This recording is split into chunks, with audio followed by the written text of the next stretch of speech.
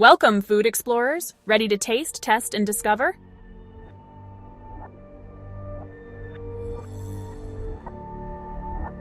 Today's big wonder is... can plants grow up instead of out? Let's find out and earn our Garden Stack Scout badge. Most farms grow food in long rows across big fields, but that takes up a lot of space. What if we could grow food upward? Let's pretend we're a vertical garden. Stand up tall, now stretch your arms up and up and up. You're a tower of tasty food. On a regular farm, plants grow in long rows across the ground, but vertical farms grow plants in stacked layers that go up instead of out. They use lights, water, and just a little space to grow a lot of food, even indoors.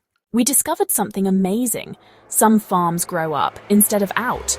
Vertical farms stack plants on shelves and use lights and water to help them grow. Anywhere. Want to try it yourself? Stack some fruits or veggies with a grown-up and build your own wiggly food tower. You just earned your Garden Stack Scout badge. Ask a grown-up to help you print and color it at home. Until next time, keep asking big questions about little bites.